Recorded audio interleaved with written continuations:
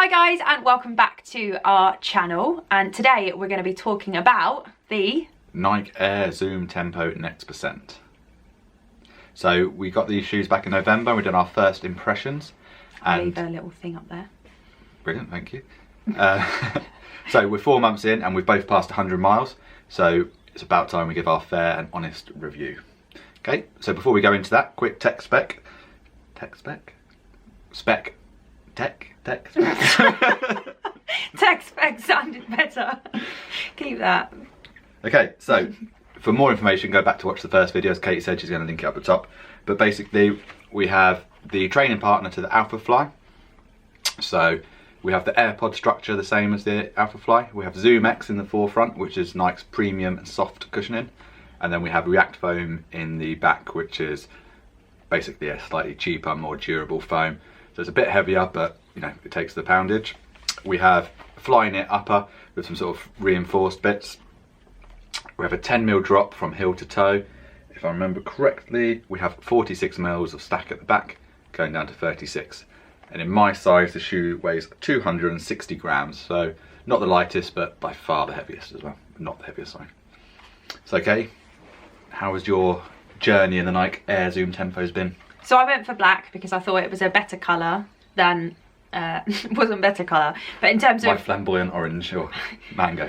More for winter purposes, because I've had the Nike Infinity Reacts and the upper just got absolutely destroyed because they were white and in the mud, and I just got really upset. So I went for the black. And yeah, like James says, they do feel a bit weightier, but to me, I don't know. I haven't really had experience with trainers in weight and felt like, oh, these feel like They're kind of back end bricks. heavy, aren't they? They're not heavy shoes. No, they don't feel heavy, but I can't remember what I said in the first video, if I'm being honest, but... So I think on the first one, we basically said lots of people have given them bad reviews, haven't they? And yeah. said they didn't like them, and we thought that people were misusing them, i.e. they're not everyday shoes, they are tempo running shoes. And also, because it's not full ZoomX, you're not getting that first initial sort of wow of cushioning that you'd get from the Vaporfly or Alphafly, so don't expect that, because that's not what you're going to get from these. Yeah. They have a very similar ride and feel, full efficiency as the Alphafly, i.e. you know, you can feel the AirPods, but they are a training partner, not the shoe. Well, they're £100 cheaper. Yeah, I mean, we took them out on a run, which was an easy run, so it probably wasn't the best way to sort of try them. But I do remember that run, it was significantly quicker than what my easy pace would have been. So I just felt like the shoes helped. Obviously, they don't help you to go quicker, but just, I guess, the technology in them was helping me to run more efficiently in that sense. Found that they were quite structured and rigid to start off with, so quite hard. So I just, it's the same with a few different pairs of Nike trainers I've experienced, that you need to really break them in. You need to give them that little bit of time to work with them, to make friends with them before they're going to be your best friend.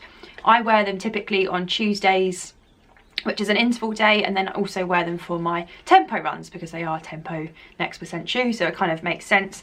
And I've really enjoyed wearing them, if I'm being honest. I feel like they fit well, and yeah, they're just, I feel like I just run really well in my sessions. I feel strong in them, and I've just got really good results from my sessions. I'm not putting it all down to the trainers, but just by having a good shoe on your feet, it's going to ensure to help you that you feel good.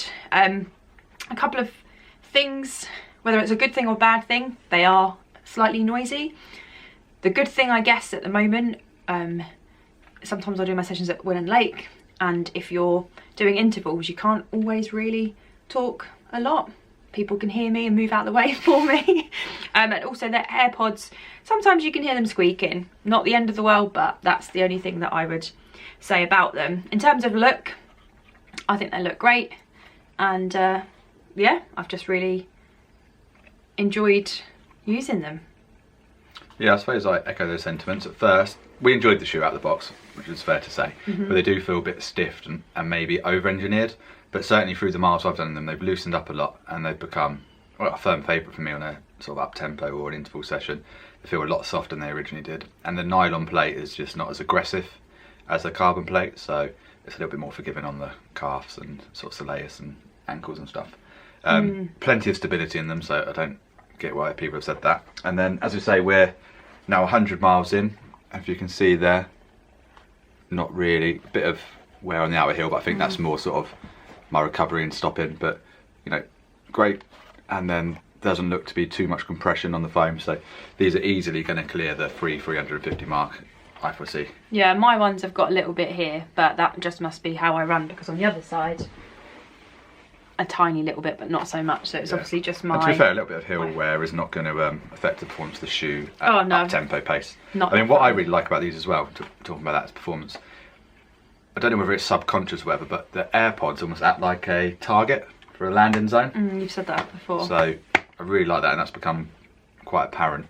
And yeah, I think especially when you're getting tired towards the end of a tempo run and your form starts to drop, that's really worth focusing on.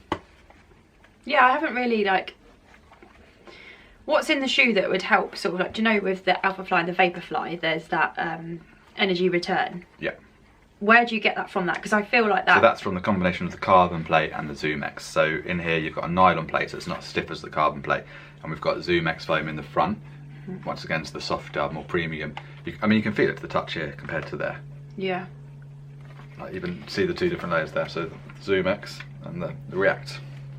Yeah, James. That's what it is. James knows more about the tech, but personally, I felt that on my interval runs, I felt like really strong. My legs haven't faded. It's like obviously the cardiovascular fitness side of things, which is the one thing that's shoes can't do them. No, exactly. But also, I think down to a lot of the strength training. I can't just say again it's down to the shoes, but feeling really strong at the moment, down to a combination of factors, and the shoes just help me out on the sessions, I find. So yeah, like, yeah, they're a great shoe, and if you didn't want to spend the 260, 280, whatever the Alphafly is now, and your budget could stretch to this, then I'd say go for it. Yeah, one of your clients did her 5k like sort of time trial a few weeks ago in them and got a new PB. So straight out of the box. Yeah, she loved them. So yeah, definitely a good shoe. Like James says, not for easy days.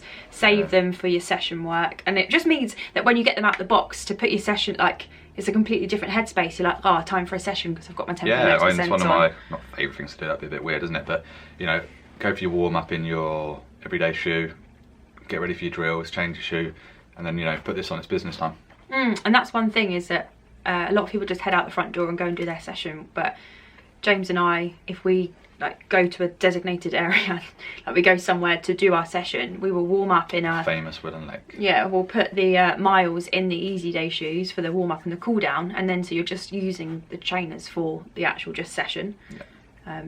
I mean, that's a bit of a luxury to have, you know. Say for example, if you're doing it from home, you could do a little loop from home, quickly come in, change your trainers and go out and do your session in them, but you know.